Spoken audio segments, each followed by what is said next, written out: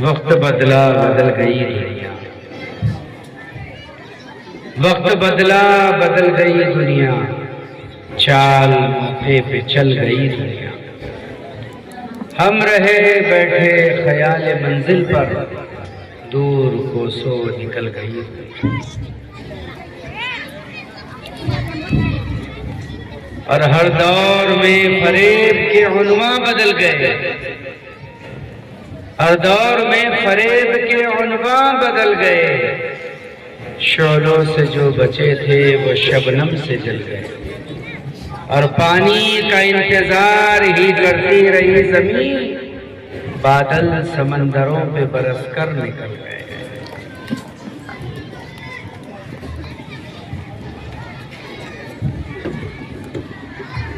صدر پروقار محترم و مکرم استاذ الاساتذہ جناب حضرت حافظ محترم مختار صاحب دامت برکاتہم العالیہ، محتمم مدرسہ قاسم العلوم دھاڑ، برادر شفیق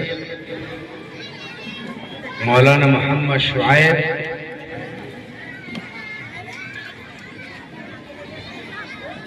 اور میرے رفیق حافظ عبدالرحیم صاحب، اور یہاں موجود ائمہ علماء اکرام و مفتیان، اور میرے سامنے علماء سے محبت رکھنے والے عوام یا خواص، اہل علم سے تعلق رکھنے والوں کا مجموعہ۔ تھوڑی دیر کے لیے اگر یہ آواز کم ہو جائے تو آپ کا پروگرام آج کا کامیاب ہو جائے، مستورات تک پیغام پہنچائے کہ مستورات ذرا تھوڑی سی آواز بچوں کے قابو میں ڈالیں۔ آپ نے بہت عرق ریزی کے ساتھ یہ پروگرام سجایا ہے۔ ہم دیکھ رہے ہیں کہ نوجوان لگے ہوئے ہیں، بھاگ رہے ہیں، دوڑ رہے ہیں، دامے درہم سخنے اپنی جان مال کی قربانی دے رہے ہیں۔ لیکن اگر آپ کا اتنا یہ قیمتی پروگرام شور شرابے کے حوالے ہو گیا تو پھر کیا ہوگا؟ اس لیے میں درخواست کرتا ہوں اپنی ماؤں بہنوں سے اور اپنی بیٹیوں سے بھی کہ وہ تھوڑی دیر کے لیے اپنی آواز اپنے شور پر قابو رکھیں۔ خاموش بٹھانے والے خاموشی سے خاموش بٹھائے، ورنہ شور قیامت تک ختم نہیں ہوگا۔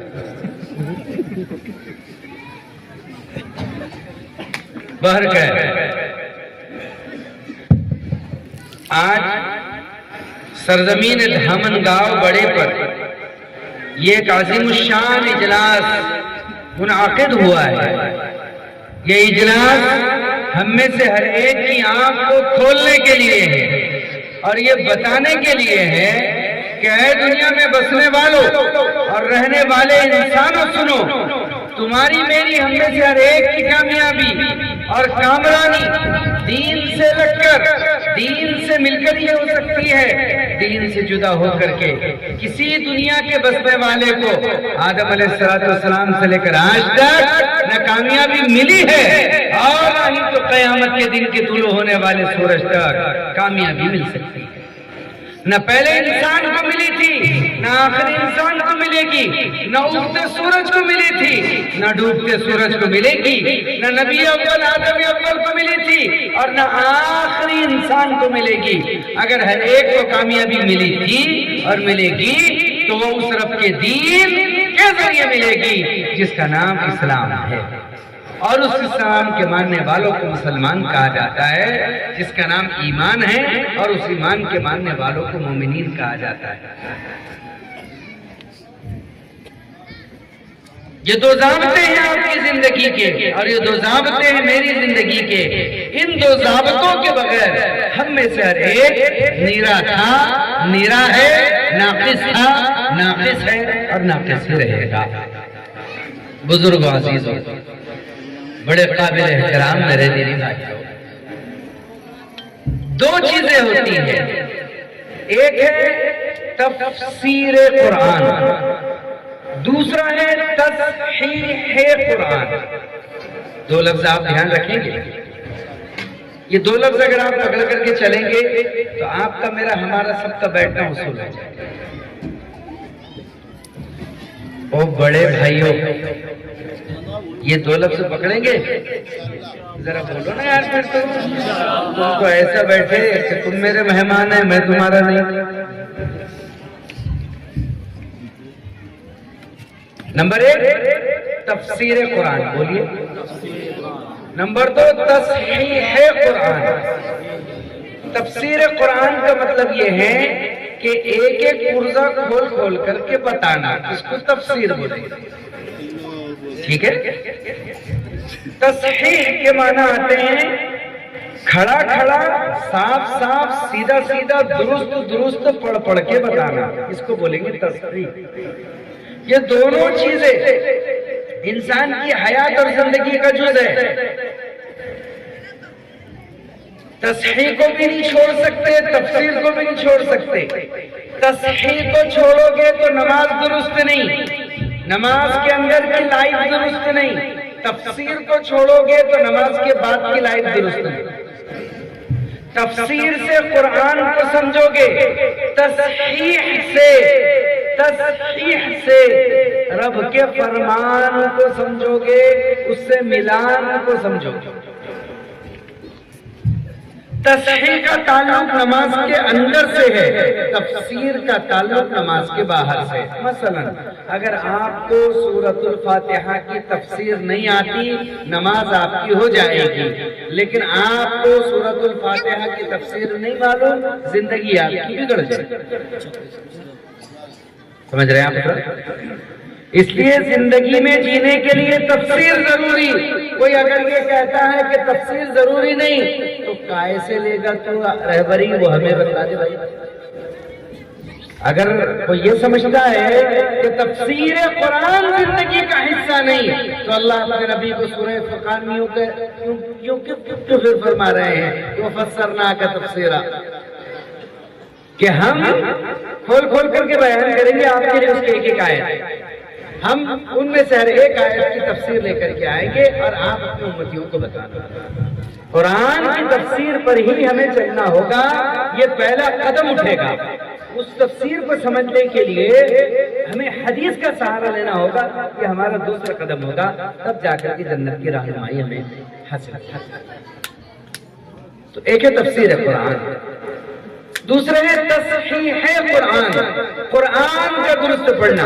ہم سمجھتے ہیں کہ ٹھیک ہے سادے سودے لوگ ہیں، اب نماز میں جیسا چل رہا ہے ویسا چلنے دیجئے، یہاں کا نام تو وہاں کا نستعین، پھٹ گیا کرتا رہ گئے، یہ مسئلہ ہے۔ کیا پڑھ رہے تھے کیا نہیں کچھ معلوم نہیں ہے۔ جو پرانا طرز چلتا تھا، ابا ببا توا ہوا، پرانے قاعدے چلا کرتے تھے، ماما سالن لائی، ترکاری لائی، کبوتر دم ہلا رہا ہے، ڈاکیا پوسٹ مین آیا، یسر القرآن تھا نا پہلے قاعدہ بغدادی، تو اس زمانے میں جیسا قاعدہ بغدادی چلتا تھا تو لسان بغدادی چلتی تھی، ببے آئیے آلائے ربے تماتو کذبان۔ اس وقت تک تو آدمی پہنچ جاتا تھا ہندوستان و پاکستان و افغانستان، تو اس وقت کوئی طور نہیں تھا، اس وقت کوئی طریقہ نہیں تھا۔ اللہ تعالیٰ بھلا کرے، جزائے خیر دے اس دور کی مرحوم ہستی، بزرگ ہستی حضرت مولانا غلام محمد صاحب بستانوی رحمت اللہ علیہ کو، انہوں نے خطے کے قریے کے ذرے ذرے تک اور حصے حصے تک قرآن کو تجوید سے پڑھانے کا مشن چلایا۔ وہ اللہ کا بندہ مٹی لے کر اوڑھ کر کے چین سے سو گیا، لیکن دنیا آج بھی اس ہستے کو خادم القرآن والمساجد کے نام سے یاد کرتی ہے۔ وہ سورج غروب ہو گیا لیکن اپنی لالی و شفق چھوڑ گیا، وہ چمچماتا چراغ گل ہو گیا لیکن اپنے شوریدہ اور اپنی پھڑن سے بھری ہوئی ایک آنکھ سے سارے عالم کو منور کر گیا اور ہلا کر گیا۔ تجوید جو کہ بڑا حصہ تو تصحیح ہے قرآن کو صحیح نماز میں پڑھنا صرف امام صاحب کا حق نہیں ہے، مصلی کا بھی حق ہے، مقتدی کا بھی حق ہے۔ یہ مکتب کے ذریعے سے، آج کے جلسے کے ذریعے سے آپ کو یہی درس دیا جا رہا ہے، یہی سبق دیا جا رہا ہے۔ میرے بھائیو، قرآن درست پڑھ لو، قرآن درست کر لو۔ ہم اگر یہ سمجھتے ہیں کہ اس کی درستگی ضروری نہیں ہے تو قیامت کے دن گردن پکڑ لی جائے گی۔ سنیے امام جزری رحمت اللہ علیہ کیا فرماتے ہیں، وَالْأَخْذُ بِالتَّجْوِيدِ حَتَمُ اللَّازِمِ مَنْ لَمْ يُجَوِّدِ الْقُرْآنَ آثِمٌ۔ فرماتے ہیں تجوید کے ساتھ قرآن کا پڑھنا سیکھنا سکھانا لازم ہے، واجب ہے۔ جو قرآن کو درستگی کے ساتھ اور تجوید کے ساتھ نہیں پڑھے گا وہ بے شک گناہگار ہوگا، کوئی شک نہیں اس کو گناہگار ہوگا۔ قرآن کو تو تجوید کے ساتھ پڑھنا ہی ہوگا، بچے کو، جوان کو، بوڑھے کو، ہر ایک کو صحیح روش پر آنا ہی ہوگا۔ انگریزوں کی تو بڑی اتباع کر لیتے ہیں ہم لوگ، وہ جیسا بولتے ہیں ویسا، وہ جیسا سمجھاتے ہیں ویسا، وہ جیسا دکھاتے ہیں ویسا، ہم بالکل آنکھ بند کر کے اندھا دھند اندھ بھکت ہو کر کے ان کے پیچھے چل پڑتے ہیں۔ انہوں نے کہا ٹاک کی سپیلنگ کیا ہے؟ ارے بتاؤ نا جی، دھامن گاؤں بڑے والوں بتاؤ نا، TALK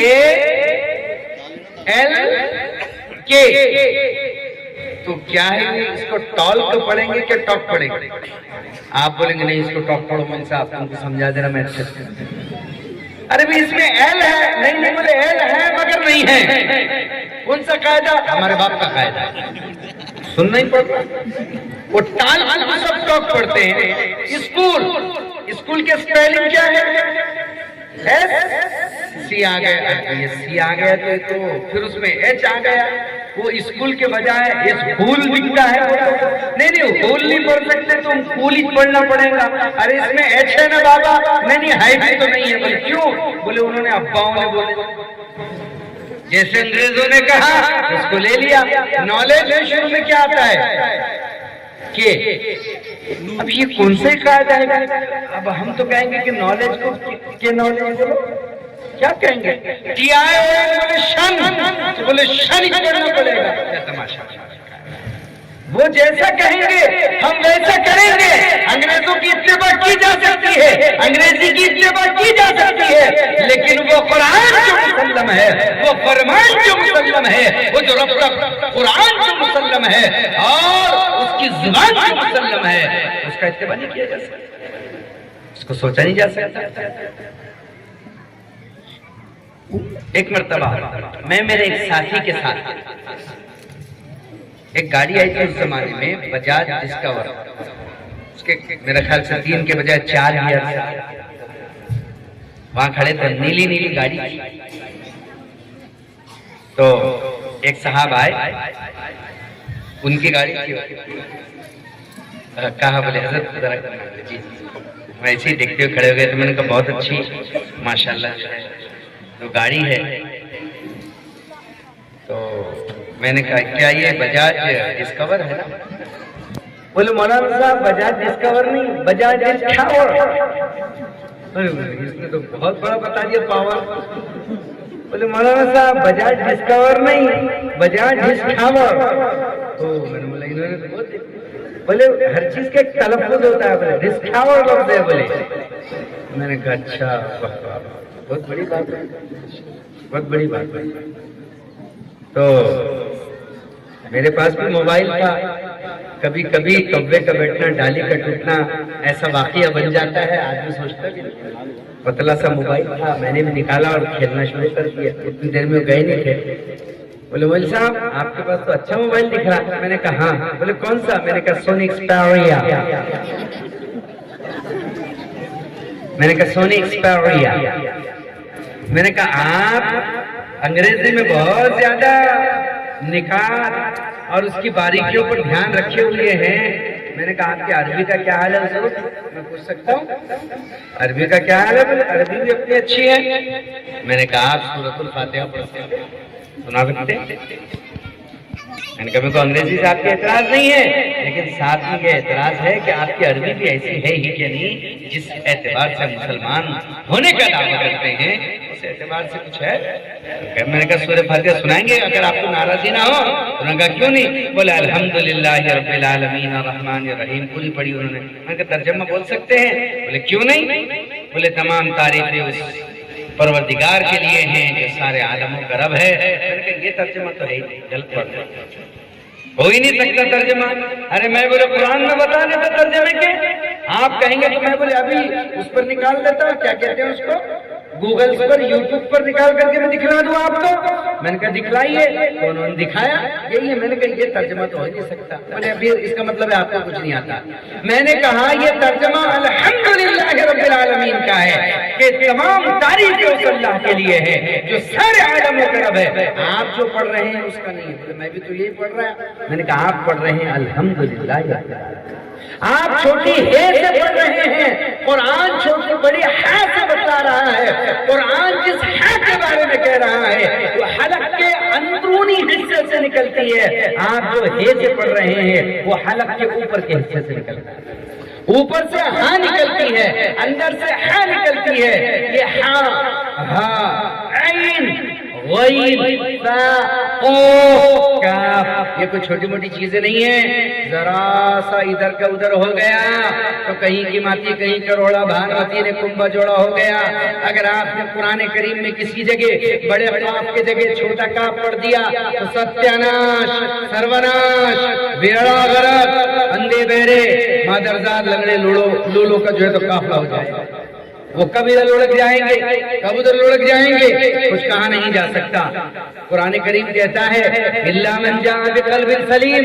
ہمارے پاس رحمتیں اس کے لیے ہیں، برکتیں اس کے لیے ہیں، رضا اس کے لیے ہے جو صحیح سالم مضبوط دل لے کر کے آئے گا. اگر بڑے قاف کے بجائے چھوٹا کاف پڑھ دیا الا من جاء بقلب سلیم، ترجمہ کیا ہوا؟ ہماری جنت اس کے لیے، رحمت اس کے لیے، برکت اس کے لیے جو موٹا تازہ کتا لے کر آئے. کہاں کا مطلب کہاں چلا گیا؟ آپ نے قلب کو قلب کر دیا، دل جہاں تھا وہاں کتا بنا دیا. تو بتاؤ تو صحیح نماز کا کیا عالم ہوگا؟ کیا ستیاناش نہیں ہوگا؟ کیا سروناش نہیں ہوگا؟ ہم سمجھتے ہیں یہ مخارج جو بچوں نے سنائے ہیں، مولوی شعیب نے جو ان پر محنت کی ہے یہ کوئی معمولی محنت ہے. انہوں نے قلب کو قلب باقی رکھا ہے، کتا نہیں بننے دیا ہے. یہ اثر ہے. انہوں نے دل کو دل رکھا، اسے کتا بننے نہیں. ذرا سا نیچے آئیے. اللہ اکبر. آپ بھی پڑھتے ہیں، میں بھی پڑھتا ہوں. بچے کس سلیقے سے مخارج سنا رہے تھے، تنوین کے ضابطے بیان کر رہے تھے. اظہار حلقی کیا ہے، شفوی کیا ہے، نون غنہ مد کیا ہے، اور ادغام کس کو کہتے ہیں، خیشوم کون سا باسا ہے، سفیر کی سیٹی کیا ہے. یہ آپ جو سن رہے تھے نا، یہ کوئی معمولی چیز نہیں ہے. یہ مکمل الیکٹرسٹی ہے جو دماغ کی بتی روشن کر دیتی ہے. جی اللہ اکبر اس کا ترجمہ ہے اللہ سے کوئی بڑا نہیں. مجھے تو یہ ترجمہ زیادہ اچھا لگتا ہے، اللہ سب سے بڑا ہے. اللہ سب سے بڑا ہے، یہ تو ترجمہ اس کا ہے. لیکن اگر ہم یہ ترجمہ کرتے ہیں اللہ سے کوئی بڑا نہیں، تو نہ چھوٹا کوئی بڑا ہے نہ بڑا کوئی بڑا ہے. بس اللہ اکبر. اللہ سے کوئی بڑا نہیں، یعنی وہ سب سے بڑا ہے. اگر آپ نے شروع میں حمزہ بڑھا دیا اللہ اکبر، بہت سی اذانیں آپ سنتے ہیں. کیا ترجمہ ہوا؟ کیا اللہ بڑا ہے؟ جسے اللہ کی بڑائی میں شک ہو گیا، بتاؤ اس کی اذان اور اس کی نماز کا کیا حال ہے؟ کسی نے آخر سے الف بڑھا دیا اللہ اکبر، جیسے آپ بعض اذانوں میں سنتے ہوں گے، جیسے آپ بعض وقت تکبیرات نماز میں سنتے ہوں گے. اللہ معاف فرمائے. کیا ترجمہ ہوتا ہے اللہ اکبر کا؟ اللہ بڑا شیطان ہے. نعوذ باللہ، اللہ ایک کڑوا اور زہریلا درخت ہے جس کی قبائل، جنگلی قبائل پوجا کیا کرتے تھے. بتاؤ تو صحیح، اسے اگر کہیں کی ماتی کہیں کا روڑا بھانگ نے کنبا جوڑا نہ کہے تو اور کیا. ہماری خطا ہمیں کہاں لے کر کے جا رہی ہے؟ عربی سے ناواقفیت کہاں لے کر کے جا رہی ہے؟ اور اس سے دور رہنا غفلت برتنا ہمیں کہاں لے کر کے جا رہا ہے؟ اور وہ سورۃ الفاتحہ جس سے بھائی سے ہماری بحث چل رہی ہے، میں نے کہا کہ الحمدللہ رب العالمین، تمام تعریفیں اس اللہ کے لیے ہیں جو سارے عالموں کا رب ہے. یہ بڑی ہاتھ سے ہے، تم نے چھوٹی ہاتھ سے پڑھا. اس کا ترجمہ کیا ہوا؟ میں نے جو پڑھا الحمدللہ رب العالمین، اس کا ترجمہ ہے تمام تعریفیں اس اللہ کے لیے ہے جو سارے عالم کا پالنہار ہے. تم نے جو پڑھا الحمدللہ رب العالمین، اس کا ترجمہ کیا ہے؟ تمام پھٹے پرانے چیتھڑے چندیاں کپڑے اس اللہ کے لیے ہے جو سارے عالم کا پالنہار ہے. تم اللہ کی تعریف کر رہے ہو یا تذلیل کر رہے ہو؟ رب کے لیے عزت کے بول بول رہے ہو یا ذلت و حقارت کے بول بول رہے ہو؟ او دھمنگا والو بتاؤ، تجوید اور قرآن کی تفسیر ضروری ہے کہ نہیں ہے؟ زور سے بولو، جی ہاں بولو یا جی نہیں بولو؟ جی کچھ تو بولو، ارے منہ تو کھولو. ضروری ہے، ضروری ہے. جزاک اللہ. جب تک ہم ہلتے نہیں اور جب تک ہم کھلتے نہیں کچھ بھی نہیں ہوتا. یہ روڈ ایسے رہے گا، یہ روڈ بدلے گا نہیں اور ریڑھ کی ہڈی بھی نہیں بدلے گی، ایسے رہیں گے. روڈ اور ریڑھ دونوں برابر آئے گا. خاموش مزاجی تجھے جینے نہیں دے گی. اس دور میں جینا ہے تو کوہرام ہو.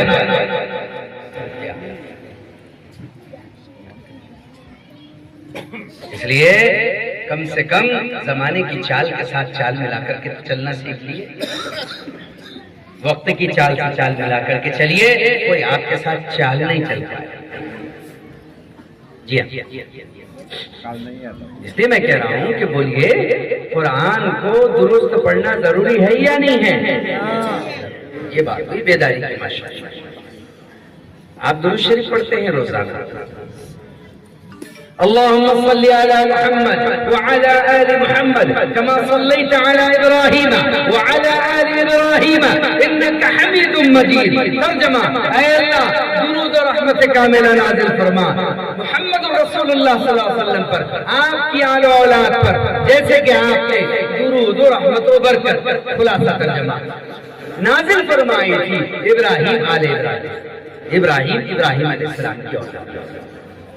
لیکن اگر آپ نے صاد کے بجائے سین سے پڑھ لیا، حالانکہ صاد اور سین ایک ہی جگہ سے نکلتے ہیں، ایک میں سیٹی ہے، ایک میں پرگنگ نہیں ہے، اور ایک میں سفیر اور چڑیا کی طرح آواز ہے، لیکن ذرا سا فرق ہے نکلنے میں. حالانکہ دیکھیں آپ، ان کے نکلنے کا مقام یہ ہے لیکن پڑھنے کی کیفیت اور ہے. لیکن آپ نے صاد کے بجائے سین پڑھ لیا، صاد کے بجائے سین پڑھ لیا، صلی کے بجائے صلی پڑھ لیا. ترجمہ کیا ہوگا؟ اللہم صلی علی محمد کا ترجمہ، اے اللہ درود و رحمت کاملہ نازل فرما محمد صلی اللہ علیہ وسلم پر. اور اگر کسی نے سین سے پڑھ لیا اللہم صلی علی محمد نعوذ باللہ وعلی آل محمد نعوذ باللہ کما صلیتا نعوذ باللہ علی ابراہیم وعلی آل ابراہیم نعوذ باللہ من ذالک. تو ترجمہ کیا ہوگا؟ ترجمہ ہوگا اے اللہ تلوار اٹھا لے جناب محمد رسول اللہ کی گردن پر، جیسے اس سے پہلے تو تلوار اٹھائی تھی ابراہیم علیہ ابراہیم کی گردن پر. نماز پڑھ رہے ہو یا پکھیڑا کھڑا کر رہے ہو، یہ عشق نہیں آسان. بس اتنا سمجھ لے تو، یہ عشق نہیں آسان، بس اتنا سمجھ لے تو ایک آگ کا دریا ہے اور ڈوب کے جانا. ہم تو سمجھ رہے آؤ ڈھکو چھپو یوں کرو تیوں کرو ہو گئی نماز کو.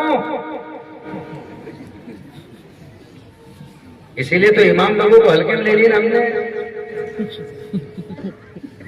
کر کے. کیسے تبلیغ والے ہلکے میں لے تو پتہ چلے گا کہ کتنا بھاری ہے. ابھی ہماری اماموں کی بھی غلطی ہے، ہلکے اچھے کو ہلکے میں لے، اپن ہلکے میں نہیں لے رہے.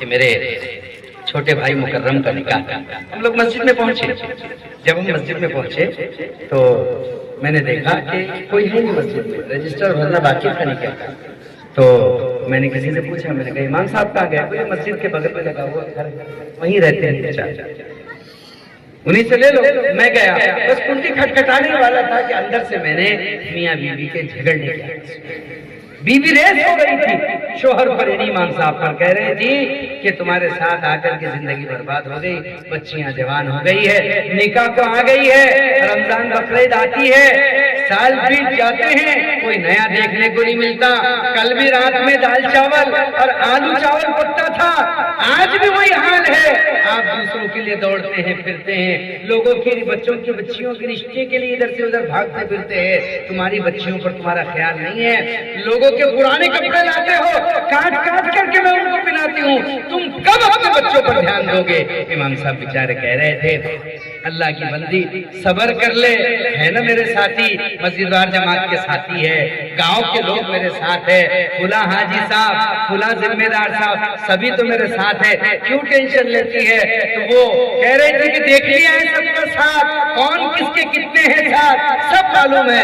اکرم بھائی کہنے لگے مجھے دیر ہو رہا تھا, ورنہ جو ہے تو میں بہت زیادہ اور ان کی باتیں سنتا. میں نے کنڈی کھٹکھٹا دی. امام صاحب نے فوراً کہا اللہ کی بندی خاموش ہو جا. کوئی آ گیا, بس خاموشی چھا گئی اور وہ سیدھے دروازے پر آئے. میں نے سوچا ایک غمگین چہرہ دیکھنے کا, میں نے سوچا پسماندہ چہرہ دیکھنے کا, مرجھایا ہوا چہرہ دیکھوں گا, ایک روتی ہوئی صورت, ایک اداس اور ویران صورت میں دیکھوں گا. لیکن جب انہوں نے دروازہ کھولا تو مجھے دیکھتے ہی کہا بھائی اکرم صاحب السلام علیکم, آئیے, بڑے صحیح وقت پر آپ آئے ہیں. ان کا چہرہ مسکرا رہا تھا, گلابوں کی طرح کھل رہا تھا, مہک رہا تھا. میری آنکھیں جب دبا گئی, میرے ہاتھ سے نکل گئے. میں نے کہا امام صاحب میں آپ کو فرشتہ کہوں, میں آپ کو انسان کہوں, میں آپ کو کیا کہوں؟ ایک طوفان آپ کے سینے میں ابل رہا ہے, مصیبتوں کا پہاڑ آپ کے سر پر پڑا ہوا ہے, ہیراوتار گھٹا ٹوپ اندھیرے میں زندگی گزر رہی ہے, لیکن آپ اس طوفان کو چہرے پر ذرا ظاہر نہیں ہونے دیتے. آخر آپ کیسے نکل جاتے ہیں, کیسے چل جاتے ہیں؟ تو انہوں نے مسکرا کر کے کہا اکرم بھائی یہ بات تو ہم نے پہلے دن ہی اپنے رسول صلی اللہ علیہ وسلم کا وارث بننے کے دن ہی سوچ لی تھی اور سر پر کفن باندھ لیا تھا کہ ہمارے نبی نے کہا تھا اشد الناس بلاء الانبیاء ثم العلماء, کہ میرے بیٹو, اے روحانی بیٹو, میرے علماء, میرے بھائی تو سنو, سب سے زیادہ مصیبتیں بلائیں سب سے پہلے ہم پر آئیں گی, اس کے بعد تم پر آئیں گی. اسی دن ہم نے کفن باندھ لیا تھا اور سارے انسانوں سے, عوام و خواص سے, غریبوں سے, امیروں سے, شریفوں سے, شریروں سے, رذیلوں سے, عظیموں سے, عزیزوں سے, جزیروں سے, سرخیروں سے, سب سے کہہ دیا تھا اے گردش زمان تو ہم سے نہ الجھ, ہم نے ہر حال میں جینے کی قسم کھائی. ہم تو وہ ہے, ارے تم ہمیں دکھاؤ کچھ فرق نہیں پڑتا, تم ہمیں ٹھینگا بتاؤ کچھ فرق نہیں پڑتا, ارے تم علماء کی دودھ میں ڈالے گئے ہو, محمد رسول اللہ نے امت کو اپنے وارثوں کے دودھ میں رکھا ہے تاکہ وہ تمہاری نگہداشت کرے اور تمہیں جنت تک پہنچائے. ارے جس گود میں پروان چڑھ کر کے تمہارا دین دین بنا ہے, تمہارا علم علم بنا ہے, تمہاری تعلیم بنی ہے, قبر کے سوالات کا تمہیں علم ہوا ہے, تم اسی گود کو رسوا کرنے پر تلے ہوئے.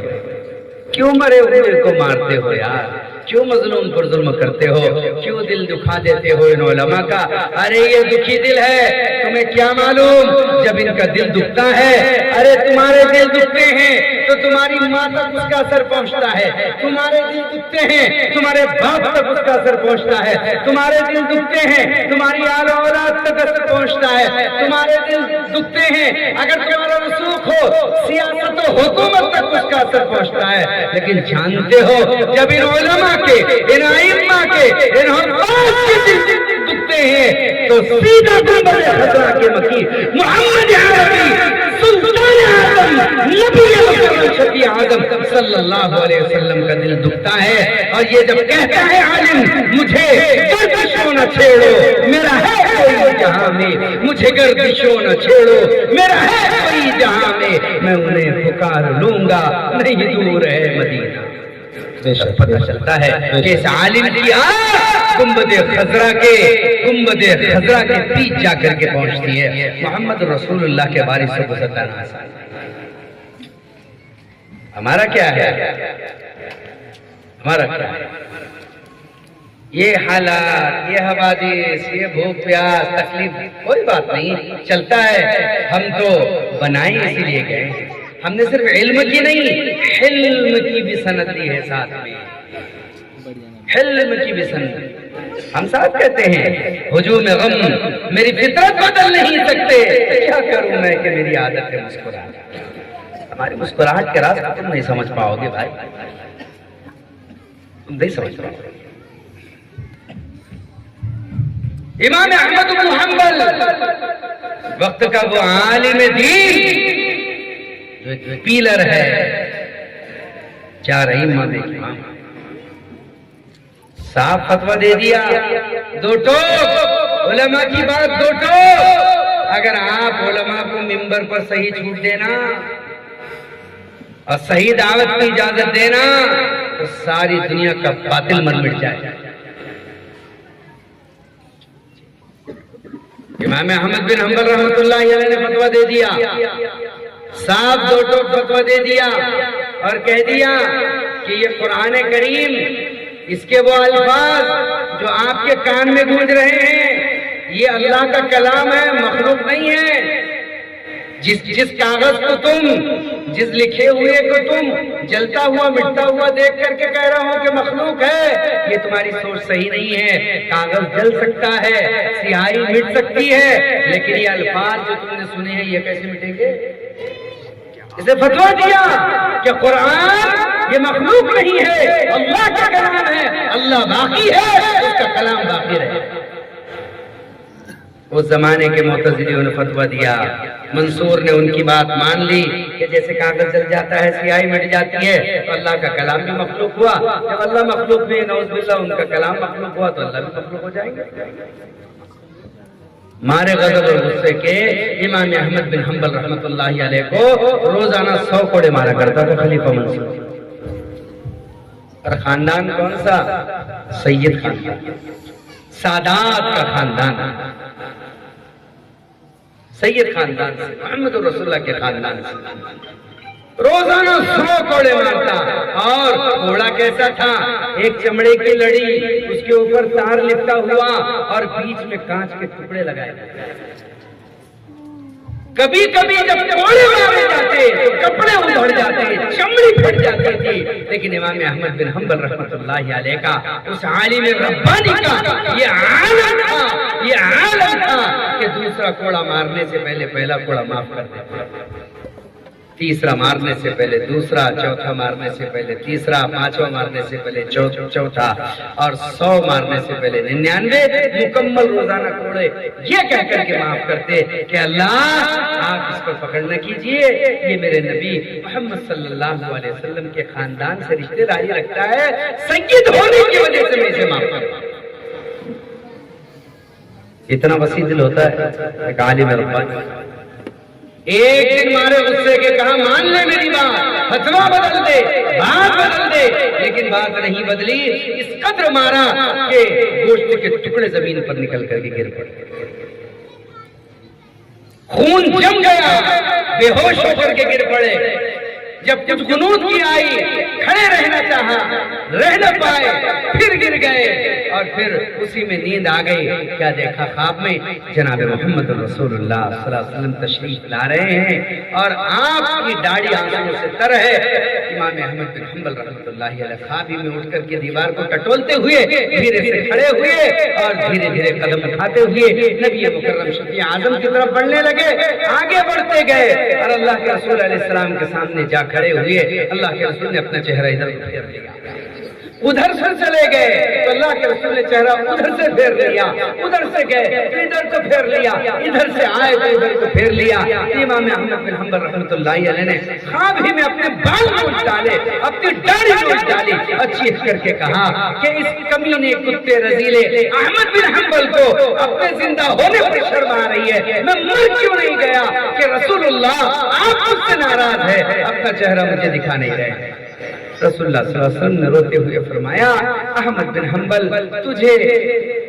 تجھے کیا شرم آئے جیتے ہوئے کہ میں تجھے اپنا چہرہ نہ دکھاؤں؟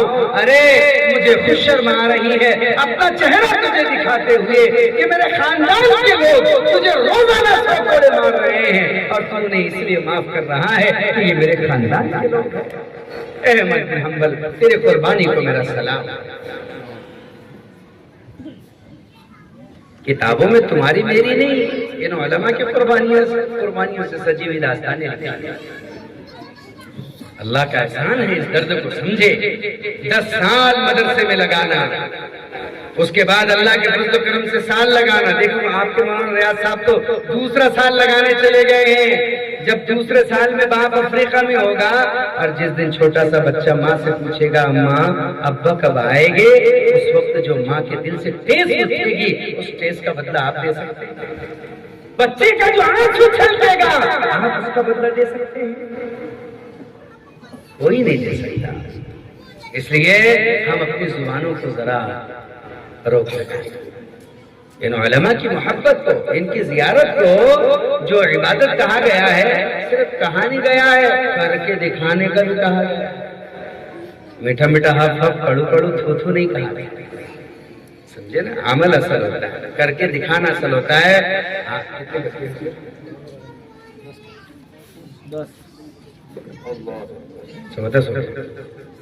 کر دکھانے کا دودھ پیڑا کہنے اور رسگلہ کہنے سے دن بھر آپ بیٹھے رہے کہتے ہوئے منہ میٹھا نہیں ہوگا۔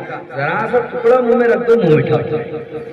بس اللہ کے لیے واقعتاً سچی محبت کہہ کر نہیں، کر کے دکھا دیجیے۔ کہہ کر نہیں، کر کے میرے بڑے موجود ہیں، کہہ کر نہیں کر کے دکھا کر کے دکھا۔ آپ جس دن کر کے دکھا دیں گے تو کیا ہوگا جانتے ہیں؟ اللہ اکبر۔ طبرانی شریف کی حدیث ہے کہ جنت کے 8 دروازے ہیں، ہر دروازے کے 2 پٹوں کا فاصلہ کتنا ہے؟ 500 سال۔ اگر کوئی تیز رفتار ہمارے زمانے کا گھوڑا یا گاڑی آج یہاں سے نکلے تو 500 سال جب دوسری جگہ پر پہنچے گی وہاں اس کا دوسرا پٹ ہوگا۔ وہ سب کے سب ٹھاٹے مارتے ہوئے سمندر کی طرح لوگوں سے بھرے پڑے ہوں گے اور جنت میں لوگ جا رہے ہوں گے۔ انہی لوگوں کے بیچ میں ایک مولوی صاحب بھی جا رہے ہوں گے۔ اچانک فرشتے نیزے لگا کر روک دیں گے، او مولوی صاحب رکو، کہاں جا رہے ہو؟ تو جن کے دل میں موتی چور کے لڈو پھوٹتے نا، یہ بھی ایک بڑا مسئلہ رہتا ہے۔ لوگ جس امام کے پیچھے نماز پڑھتے اس سے کھلنا کرتے ہیں، ہوتا ہے ایسا۔ ایک مرتبہ ایسا ہوا ہے ایم پی کے اندر، ایک امام صاحب نے نیت بانے اللہ اکبر سورہ فاتحہ پڑھے، اس کے بعد پہلی رکعت میں سورہ ناس پڑھے، قل اعوذ برب الناس اور جنت سب جو پورا پڑھ لیا۔